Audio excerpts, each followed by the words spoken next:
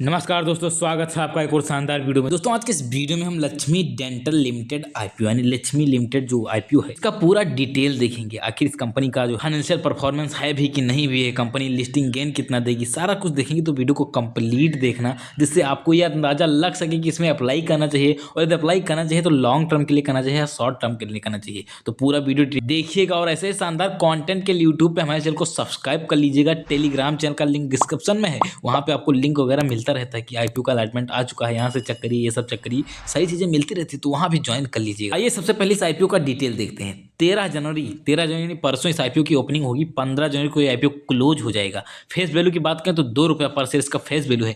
Price band कितना है? 407 से 428 पर शेयर प्राइस बैंड रखा गया है। 407 रुपये से 428 रुपये पर शेयर इसका प्राइस बैंड रखा गया है। लॉट साइज की बात करें तो 33 शेयर, एक लॉट में इसके 33 शेयर निर्धारित किए गए हैं। टोटल इशू साइज की बात करें तो 698 करोड़ 6 लाख का जो है टोटल इशू साइज है, जिसमें से 138 करोड़ फ्रेश इशू है और ऑफर फॉर सेल है 560 crore 6 lakh. 560 crore 6 lakh offer for sale है। इशू टाइप की बात करें तो बुक बिल्ड इशू आईपीओ है। लिस्टिंग कहाँ होगी? बीएसई और एनएसई पर इसकी लिस्टिंग होगी। ये इसका टेंटेटिव शेड्यूल देख लेते हैं। तो टेंटेटिव शेड्यूल आईपीओ का ओपन 13 जनवरी होगा, क्लोज कब होगा? 15 जनवरी को क्लोजिंग हो जाएगा। बेसिस ऑफ अलॉटमेंट की बात करें तो ये 16 जनवरी को ही होगा, और वहीं इनिशिएशन ऑफ रिफंड की बात करें तो ये 17 जनवरी को होगा। कितने तारीख को होगा? 17 जनवरी को होगा। Credit of share to demat ये भी 17 जनवरी को होगा। लिस्टिंग डेट क्या है? लिस्टिंग डेट भैया बहुत इंपॉर्टेंट, 20 जनवरी को इसकी लिस्टिंग होने वाली है। आइए अब देखते हैं कि इसका लॉट साइज क्या है, मतलब किस कैटेगरी के इन्वेस्टर को कितना लॉट लेना होगा। रिटेल को मिनिमम एक लॉट लेना ही लेना होगा, और इसमें जो नंबर ऑफ शेयर आएंगे 33 शेयर आएंगे, और इसका अमाउंट 14,124 रुपये पड़ेगा। वहीं रिटेल का मैक्सिमम बात करें कि मैक्सिमम में कितने लॉट ले सकते हैं तो 14, मैक्सिमम में 14 लॉट ले सकते हैं। इसमें नंबर ऑफ शेयर 462 आएंगे, और इसका अमाउंट पड़ेगा 1,97,736 रुपये। वहीं स्मॉल एचएनई की बात करें, स्मॉल एचएनई तो इनका मिनिमम जो है 15 लॉट होगा। शेयर की बात करें तो 495 शेयर आएंगे। अमाउंट की बात करें तो 2,11,860 रुपये खर्चा करके ये इसमें इन्वेस्ट कर सकते हैं। वहीं हम बात करें एसएचएनई का मैक्सिमम कितना लॉट ले सकते हैं तो 70 मैक्सिमम लॉट ले सकते हैं। इसमें जो शेयर आएंगे 2310 शेयर आएंगे, और इसमें जो अमाउंट पड़ेगा 9,88,680 रुपये पड़ेगा। वहीं बिग एचएनई की बात करें तो ये मिनिमम 71 लॉट ले सकते हैं, और मैक्सिमम तो ये कुछ भी ले ही सकते हैं। ये कंपनी करती क्या है? इन्वेस्ट करने से पहले कंपनी करती क्या है भैया? कंपनी का सेक्टर क्या है? ये तो बहुत इंपॉर्टेंट होता है ना। सेक्टर, फाइनेंशियल ग्रोथ, ये सारी चीजें इंपॉर्टेंट होती हैं। सेक्टर जान लेते हैं। तो जुलाई 2004 में जो है कंपनी बनकर खड़ी हुई थी, और जो है डेंटल प्रोडक्ट वाली कंपनी, डेंटल प्रोडक्ट जो दांतों वाली चीज़ें होती हैं, सामान होता है, उनको बनाने का काम करता है। एग्जाम्पल के लिए मैं आपको बता दूं, जैसे कि दांतों के बीच गैप वगैरह हो जाता है, उसको फिल करने के लिए जो सामान यूज होते हैं, उसको बनाने के लिए कंपनी काम करती है। मतलब ये डेंटल फील्ड वाली कंपनी है।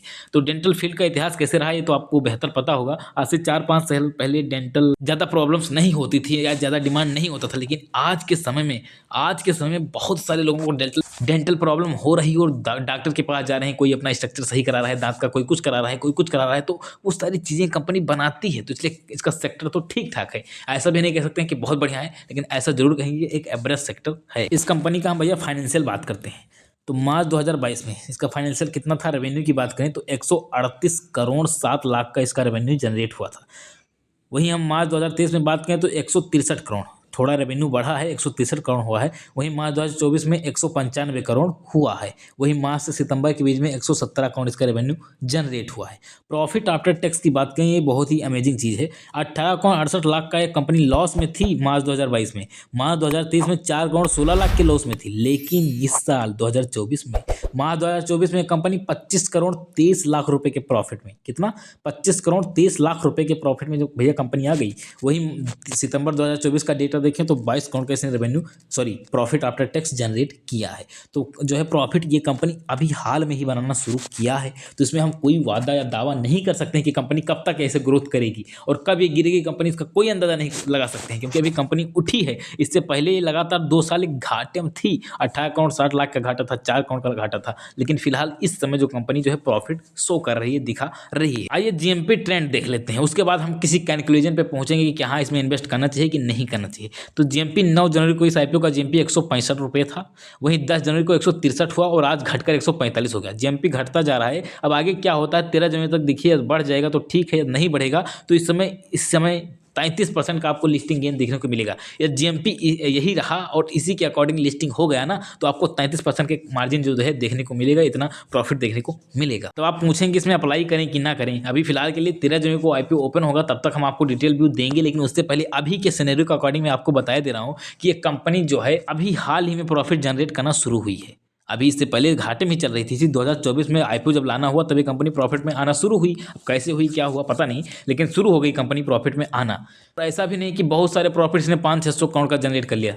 ज़्यादा जिसने प्रॉफिट भी नहीं जनरेट किया है, कम ही कर रहे हैं। तो कंपनी जो है अभी थोड़ा पॉजिटिविटी में जा रही है, लेकिन कब तक जाएगी इसका कोई गारंटी नहीं है, क्योंकि जब ज़्यादा डेटा रहता है, ज़्यादा दिनों का डेटा रहता है, तब हम कुछ प्रेडिक्ट कर सकते हैं, लेकिन इतने छोटे समय हम तो कर नहीं सकते। अभी जल्द ही में इसका प्रॉफिट आना शुरू हुआ है, तो आगे कब तक ये प्रॉफिट जाएगा इसका कुछ पता नहीं, लेकिन फिर भी इसका सेक्टर जो है ठीक ठाक है। इस अकॉर्डिंग लगता है कि हाँ आगे प्रॉफिट में जाएगी, लेकिन जो है ज़्यादा प्रॉफिट में नहीं जाएगी, ऐसे छोटा मोटा प्रॉफिट चलता रहेगा। सेक्टर ठीक ठाक है। जो है अब फाइनेंशियल स्टेबिलिटी की बात करें तो वो भी एक एवरेज, एकदम एवरेज है, ज़्यादा कुछ खास नहीं है, एवरेज है। तो सेक्टर ठीक है, एवरेज है। और इसमें लॉन्ग टर्म के लिए बात करें तो मैं तो अपना पर्सपेक्टिव, अपना व्यू यही रखूंगा कि इसमें लॉन्ग टर्म के लिए निवेश नहीं करना चाहिए। आपको शॉर्ट टर्म के लिए लिस्टिंग गेन लेके निकलना बढ़िया रहेगा। अब देखिए, मैं अपने अकॉर्डिंग केवल राय दे रहा हूँ। आपको पैसा इन्वेस्ट करना है कि नहीं करना, ये आपके ऊपर डिपेंड करता है। आप अपने जो है वित्तीय सलाहकार से, फाइनेंशियल एडवाइजर से सलाह ले लीजिए, उसके बाद में इसमें इन्वेस्ट करिए या नहीं करना है ना करिए,